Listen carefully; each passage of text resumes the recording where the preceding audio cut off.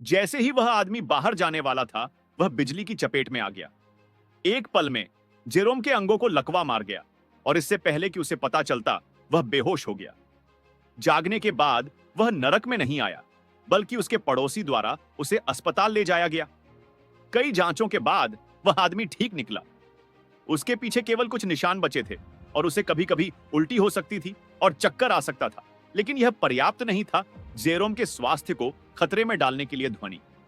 इसलिए मैंने उस आदमी को घर जाने और इलाज के लिए दवा लेने की सलाह दी, लेकिन यह अजीब था कि उसे तब से टीका लगाया गया था। जब जेरोम रात में पियानो बजा रहा था, तो आग की लपटें अचानक भयंकर रूप से जलने लगी, जैसे कि यह आपदा का अग्रदूत हो। निश्चित रूप से अगले ही पल खिड़की के बाहर बिजली चमकी और भोर हुई और रोशनियां हिलने लगी। जिज्ञासु जेरोम दरवाजे के बाहर चला गया और ओलों के बजाय एक अजीब छाया देखी। जानलेवा बारिश होने लगी। यदि गांव किशेंग ने इसे देखा तो यह एक हत्या का उपकरण बन जाएगा, लेकिन जेरोम को कोई दिलचस्पी नहीं थी और यहां तक कि आश्चर्य भी हुआ कि क्या वह सपना देख रहा था, जब तक कि उसे अपनी कलाई पर निशान नहीं मिला, जो कथानक को और अधिक अजीब बनाता है। जैसे ही वह आदमी जोर लगा रहा था, दरवाजे पर दस्तक हुई। सतर्क जेरोम ने अपना गुदा खोला और पता चला कि यह उसका पड़ोसी था। वह अंदर से ढका हुआ था। कपड़े धोने वाला जेरोम बेहोश हो गया और उस आदमी की बाहों में गिर गया। उसके पास पहले उसे कमरे में ले जाने के अलावा कोई विकल्प नहीं था। उसके शरीर पर खून को देखकर जेरोम को एहसास हुआ कि क्या हुआ होगा और उसने तुरंत फोन किया। पड़ोसी बूढ़े व्यक्ति ने फोन किया, लेकिन किसी ने उत्तर नहीं दिया।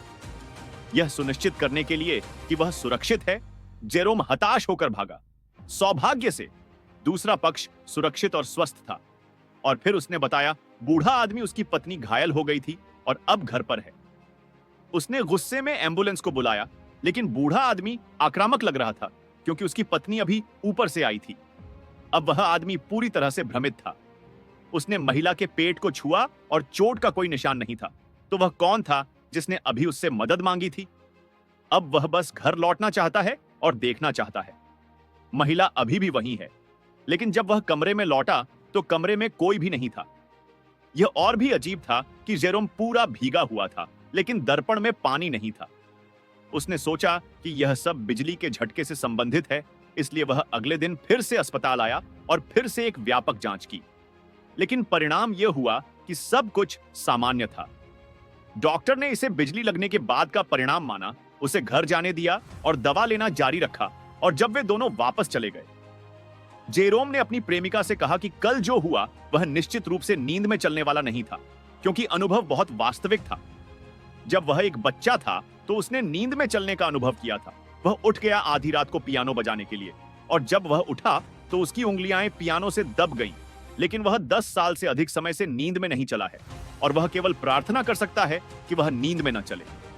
फिर से एक अजीब बात हुई, लेकिन रात में जेरोम बिस्तर पर लेटा हुआ था और उसे नींद नहीं आ रही थी, इसलिए वह टहलने जा रहा था अप्रत्याशित रूप से। जब वह आराम कर रहा था, 2 पुलिस कारों को पड़ोसी की ओर जाते हुए पाया। जब जेरोम ने यह देखा तो उसने जल्दी से उसका पीछा किया और एक दृश्य देखा जिससे वह डर गया। पड़ोसी की बूढ़ी औरत 2 बार बेहोश होकर बिस्तर पर मर गई, उसकी उंगलियों पर चश्मा। बूढ़े व्यक्ति को लिविंग रूम में मार दिया गया था और मौत का तरीका बेहद क्रूर था। जेरोम पूरी तरह से भयभीत था। क्लिक के बाद जो कुछ भी हुआ वह एक भ्रम था और वह अब एक पड़ोसी के घर में था। हमले के दौरान पिल्ला अंदर घुस गया और जेरोम जल्दी से कमरे में छिप गया। सौभाग्य से जेरोम समय पर छिप गया और उसे खोजा नहीं गया। बूढ़े आदमी के जाने के बाद वह हाल की अजीब चीजों के बारे में सोचते हुए बिना रुके घर भागा और उसकी प्रेमिका इस समय नहीं जा सकती थी। वह आदमी अधिक बात नहीं करना चाहता था। अब वह बस अकेला और शांत रहना चाहता था। अपना सिर घुमाकर सपने का दृश्य फिर से सामने आया और वह भविष्यवाणी करने में सक्षम लग रहा था कि भविष्य में क्या होगा। अगले दिन जेरोम ने अंततः उस रहस्य का खुलासा किया जो कई वर्षों से छिपा हुआ था। उसकी मां के पास भविष्य की भविष्यवाणी करने की क्षमता है। उसने एक बार खुद वेन छुआन की दुर्घटना की भविष्यवाणी की थी, लेकिन बाद में वह पागल हो गया और उसे मानसिक अस्पताल में कैद कर दिया गया। यदि वह अपनी मां के समान था तो कल मैंने रात में सपना देखा कि बूढ़े जोड़े को मार दिया जा रहा था और यह जल्द ही सच होने की संभावना थी। इसलिए मैं चाहता था कि मेरी प्रेमिका उन्हें याद दिलाए। लेकिन उन्होंने उस आदमी के सपने पर विश्वास नहीं किया। वे पड़ोसी को बचाने के लिए छुट्टियों के लिए समुद्र तट पर जाने की भी योजना बना रहे थे।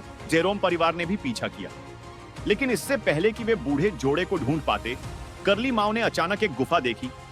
उसने अपनी बहन के साथ खेलने के लिए अंदर जाने पर जोर दिया, लेकिन कुछ मिनट बाद केवल लड़की यह कहते हुए बाहर भागी कि उसका भाई अचानक बहुत अजीब हो गया। जेरोम जल्दी से अंदर आया और देखा कि कर्ली माओ वहां खाली खड़ा था। उसकी आंखें भी बहुत सुस्त थीं। जब तक जेरोम ने उसे नहीं बुलाया, तब तक लड़के ने कोई प्रतिक्रिया नहीं दी।